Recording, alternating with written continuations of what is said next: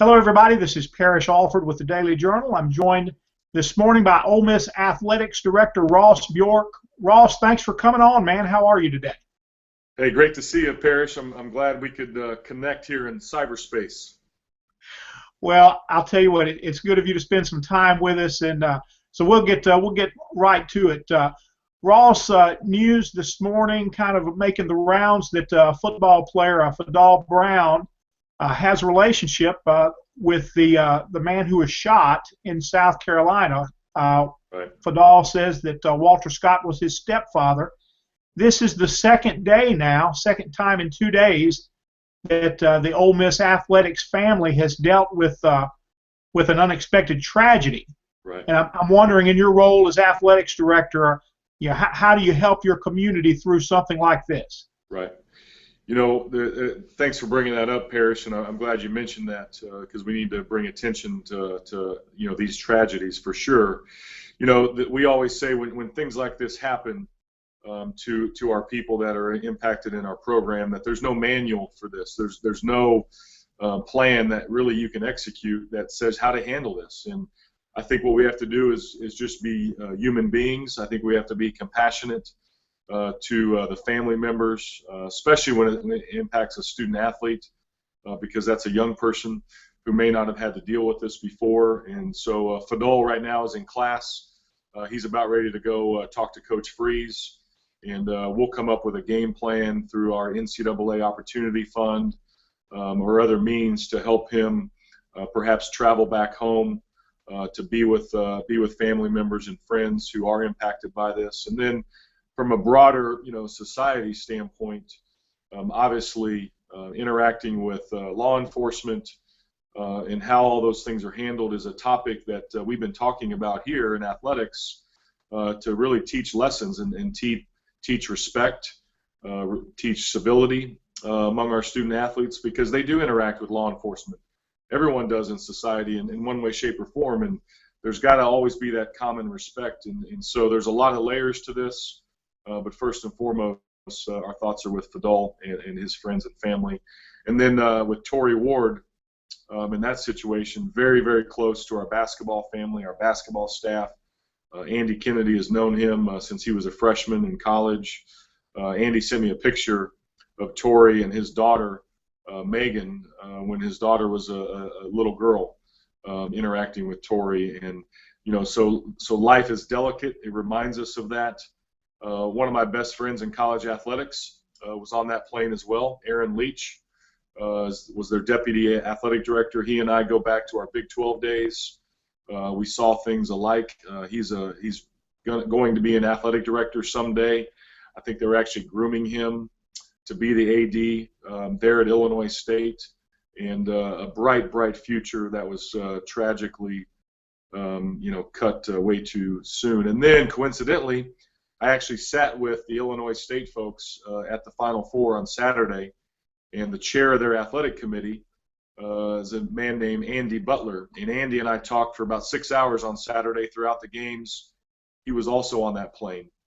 And so really 3 direct connections to that plane crash in Illinois, and it just teaches us that life is short, and we've got to really cherish every moment. So that's a longer answer than you expected. But it has hit home in many ways here the last 48 hours. Well, Ross, I'm sorry for the loss that you and a lot of others are feeling right now. You mentioned what you guys might be able to do from an NCAA standpoint, what is allowed to help Fadal. What that kind of leads into the autonomy discussion that I wanted to ask you about also. What can you guys do, and maybe is that different in this different day now? Well, currently we're under the current structure, the old structure, if you will, that allows, when there's a tragedy, when there's a need that arises, there is an opportunity fund, and we have those funds available through the NCAA. And so when something like this happens, we can pay for travel. Let's say something happened here and we needed to get family members here in Oxford, we could pay for that travel. So there is leeway now, and we'll explore those options for Fadal. And then moving forward in the future, that there'll be the cost of attendance dollars that will be available and paid out throughout the year to our student athletes who are on a full ride. Those that are not on a full ride will get sort of an equivalency of that cost of attendance. And our number here at Ole Miss is $5,000.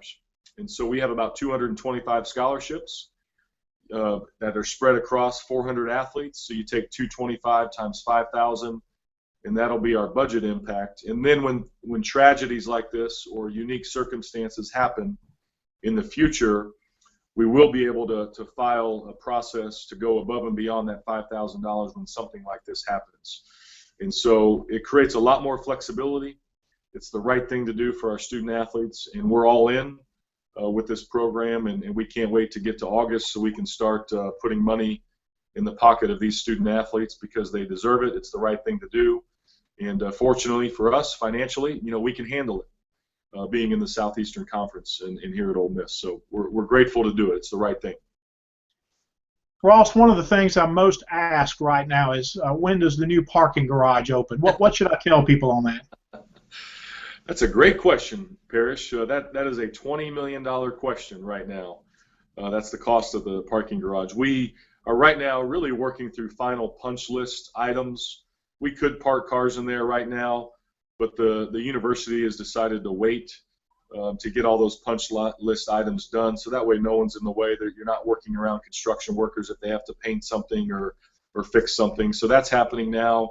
And right now we anticipate being able to open the garage and have it ready for graduation weekend.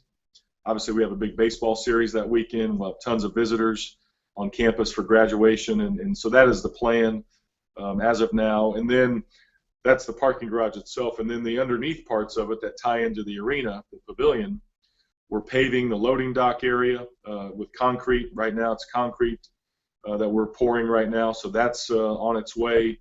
We're getting the fence line completed for the practice fields so we can start redoing the practice fields here in the next few weeks. So those will be ready by the summer.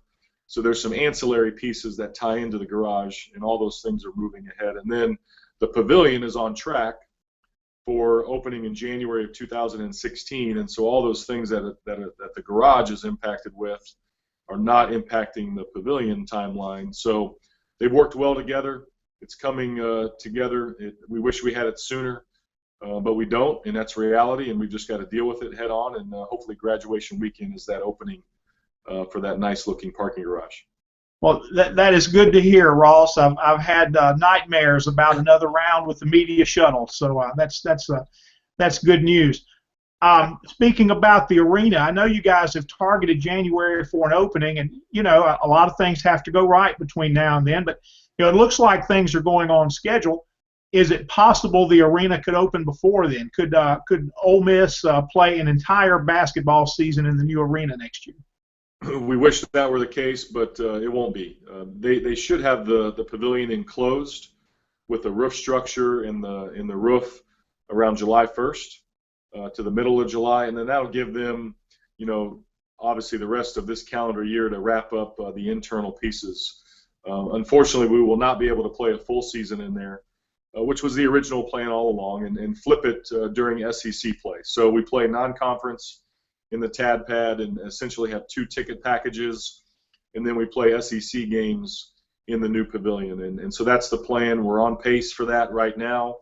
Obviously, with a big building like that, we plan to open for a game day, and then we'll complete the building with little touch-up things throughout that basketball season, and then have really a grand opening event, in early 2016. So all those plans are moving along. And we'll start to see those big roof trusses come in here right around the middle of April. So here in a couple weeks, they'll enclose the building, like I said, around July 1st, and really keep things moving at a rapid pace. They're doing a great job to keep things moving. And if weather has impacted one area, they've sort of started on another area. And they've really been strategic about keeping pace with the timeline. How are ticket sales going for the pavilion? Ticket sales right now, we've sold about 2,500 season tickets. I think reality is really now starting to set in now that people can see the seating bowl. And so we'll really start engaging in a sales process when we do our Rebel road trip here in a couple weeks, and really getting that 2,500 number up in the 5,000 mark. I think that's where we need to be a healthy basketball program. Is more than half of our building should be season ticket holders. We sold 4,500 season tickets this year, so there's another 2,000 people out there that bought tickets in the Tad Pad that haven't bought yet in the pavilion, and I think those people will come through. It's just a matter of getting the word out to them and getting their commitments to sign up. So we'll move ahead with that, and I think people will respond. Ross, how has the situation with Chancellor Jones affected athletics fundraising? So far in this transition period, obviously there's been a lot of talk in the last couple weeks. We've been engaged with our donors and basically telling them that, one, we love Chancellor Jones. We respect his leadership. He has been terrific for athletics, and we're going to miss him. And now that the decision is final to move ahead, we really believe there's not been a more critical time to continue supporting Ole Miss athletics, but also, give more if you can do that. And that's really been our message to people, is that the athletic momentum that we have right now has really never been stronger in the history of Ole Miss, the university, the entire university. And so now's the time to keep giving. Now's the time to commit to the campaign, because then we can show, again, the strength of athletics. We're not the most important thing on campus, but we are visible. We do have strength. It brings people together. We're the emotional confidence factor in many ways on how a university is operated. Right or wrong, that's what happens. And so now is a critical time to get on board. And so we're going to continue this momentum. We're going to continue to promote the program. We're going to show our respects, and we're going to praise Dr. Jones's leadership. He deserves that. We'll do that on our spring tour, our Rebel Road trip. But now that the decision is final, I met with him yesterday, and he's ready to turn the page.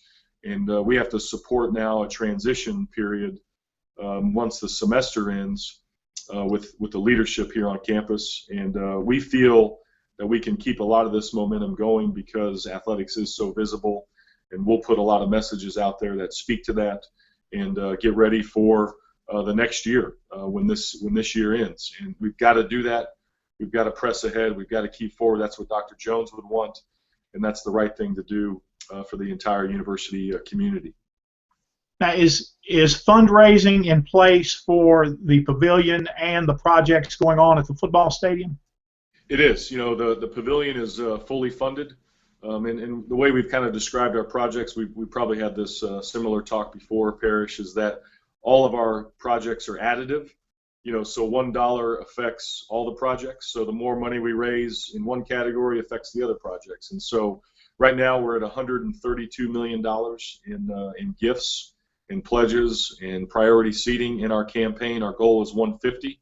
So we do have a gap to cover, but we think by the end of this calendar year, we can be at that 150 mark, and then we'll keep going.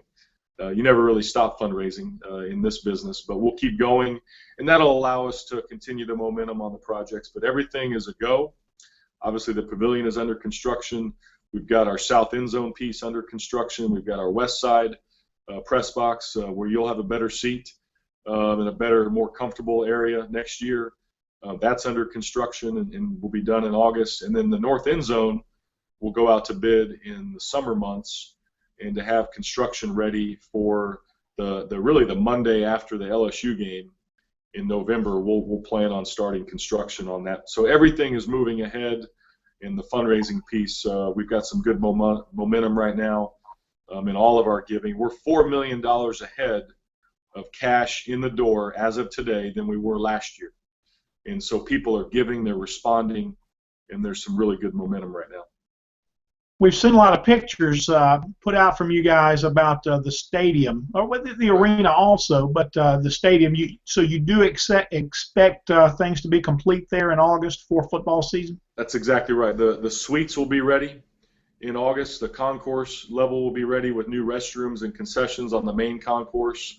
We'll have our club seats in. One of the things that we did have to adjust is our club lounge that'll be underneath the south end zone will not be ready for this year. We'll start construction later this summer on that, but we had to rebid that after costs came in way too high, so we had to repackage it, rebid it, And then once we rebid it, we got the cost back within budget. So we did have to adjust. So the only thing we'll be missing for this year is the club lounge, but we'll give those people relief on their donations. They'll buy their season ticket. They'll have their seat in place, but they won't have that amenity of the club lounge. But we've managed that, and that'll be ready for the next season. So things are progressing, and we'll have those suites ready for sure by this fall. Ross, what were your impressions of basketball season at Ole Miss? If you would, start with the men and then comment on the women as well, please. Yeah. You know, I thought Andy did an unbelievable job, really after last season. You know, what our identity could be for the season. How would we mesh newcomers together? I thought he did one of his best coaching jobs since he's been here. You know, we're one of only 2 programs in the last 9 years during Andy's tenure in the SEC that has not suffered a losing season. Us in Kentucky. Everyone else has had a big dip where they've had a losing season. We're the one of 2 programs that have not had that happen. We've got the 5th most wins in the last 9 years in the SEC. You know, now the consistency for us is making the NCAA tournament. We've got to make the NCAA tournament, and we all know that. Andy knows that. So I thought to get there with a lot of newcomers, to get there with 2 transfers, to get there 2 senior transfers, to get there with Stephon, I thought we put together some great pieces that really provide a springboard, I think, into recruiting for next year's class. I think we've signed a really good class already, and there's obviously some big ones that are still out there that we have a chance on, a big chance on. And so now the way I look at our men's program is we can now just hit our stride. A new pavilion, the TUI Center that's been online for now 5 years, recruiting at a higher level, a coach who knows our program, knows Mississippi. Now we can really just hit that stride and take it to the next level. And the next level is we got to make a run in the NCAA tournament, get to that Sweet 16, get to that Elite 8, and win a championship. And that's what we think we can do here. And so now we've got to do it. And so that's the men's report. Women's side, Matt Insel's unbelievable job. In 2 years to really change the culture, change how we recruit, get more depth into our program. You look at that last game, even though we got beat against Middle Tennessee, you know, our top 2 scorers in that game were true freshmen. And so the foundation is bright. The future is tremendous with our young people coming back. We do lose Tia, and that'll be a big loss from a scoring and rebounding perspective. But we've got a great recruiting class coming in, and really we're just trying to pour as many resources into women's basketball as we can. We think we can be really good in that program. You look at the SEC, that gives you the platform to compete at the highest level and, you know, get in the Final Four, get in that conversation, get in the run that this program has had before at a high level, and Matt's the guy to do that. And so we've got both those coaches. They'll both have new 4-year commitments with their contracts. That's the right thing to do for both those programs. We have the new building coming online, and to me, the future's never been more positive for our basketball programs. Well, that was the next question, Ross. Was do you anticipate extending contracts for those guys? So that's in the works. It sounds like it's in the works. We've already made those verbal agreements. We'll work on the paperwork for both coaches to do that.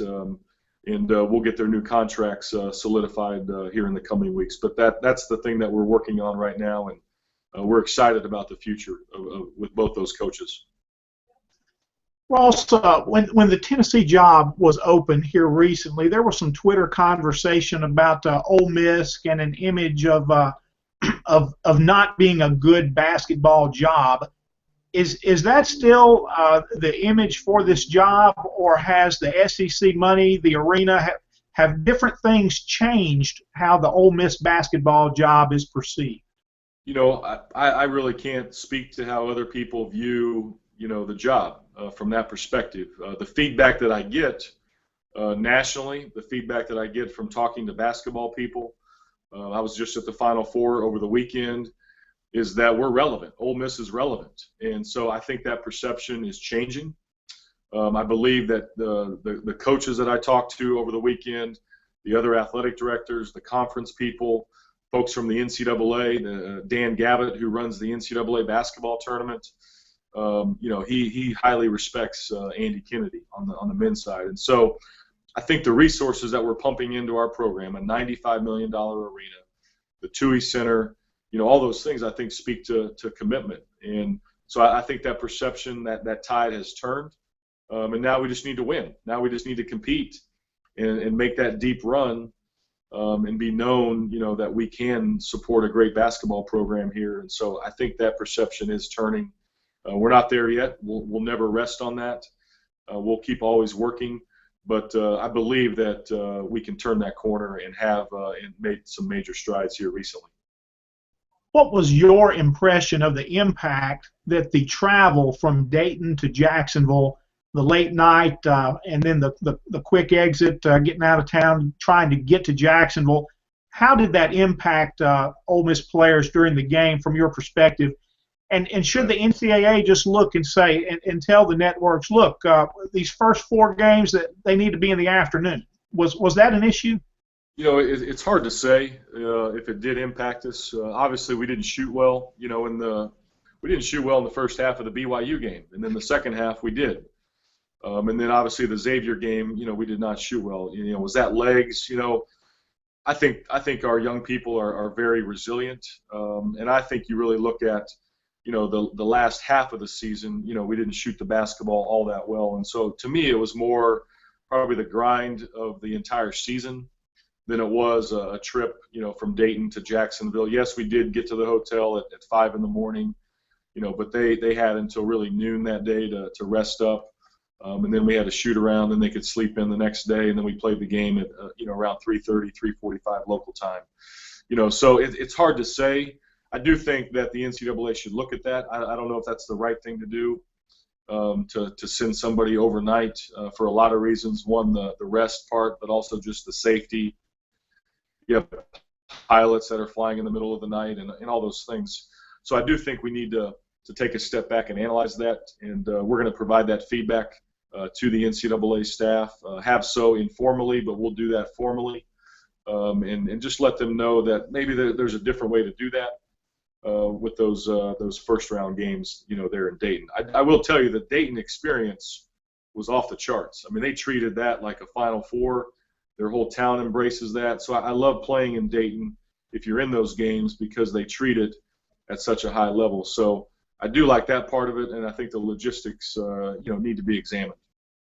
I covered the Ole Miss women in Dayton in 2007 in the Elite Eight there, and I was really interested to see the first 4. I expected that they would be as enthusiastic and come out strong for those games like they did, and it really was a neat experience. Obviously, not the experience you want every year. You're trying to get in that other round, but anyway, I thought it was a good experience. Destin meetings coming up, Ross. What are the big issues facing the SEC right now? I believe the big issues are, where does the network, go from here? How do we evolve? How do we grow? How do we start really selling advertising and monetizing the advertising piece? Right now, what you see is a lot of the sponsorship advertising, and so now that there'll be ratings for the SEC network, meaning how many people watched and what was the rating, and you can get some comparables. Now they can really start to monetize the advertising piece. And then how do we get those other 30 million people that have access to the network, to sign up? And so I think those are the next pieces of evolution, for the network. Cost of attendance will be discussed in terms of how we manage that, how people pay that out. Obviously, everyone has a different number. And so there is some concern about, is there a competitive advantage or disadvantage? But really, that's really outside of our control. That's a federal government guideline that allows you to submit what your cost of attendance number is. But I know some people would like to talk about that. And then I think the big thing is, Mike Slive, really honoring and celebrating his leadership with what he did with our conference, and really celebrating those moments. And praising him and sending him out the right way. And then, Greg Sankey, his vision, his platform for leadership, obviously he'll discuss that and prepare us all for that. So really the transition of leadership as well. And then you look at, from our perspective, That'll be Dr. Jones's last SEC meeting, and so we'll make sure that again he's recognized and celebrated as well. And so those are the things that I'm tracking right now as we head into Destin here in I guess about 6 weeks. Ross, one more question, man, and thanks so much for being with us today.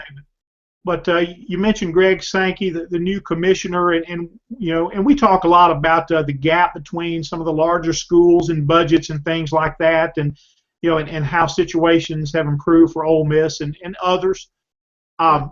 Is it difficult for Greg Sankey or any commissioner to be a commissioner to all in the conference, to meet the needs of all the members and be fair and equitable across the board?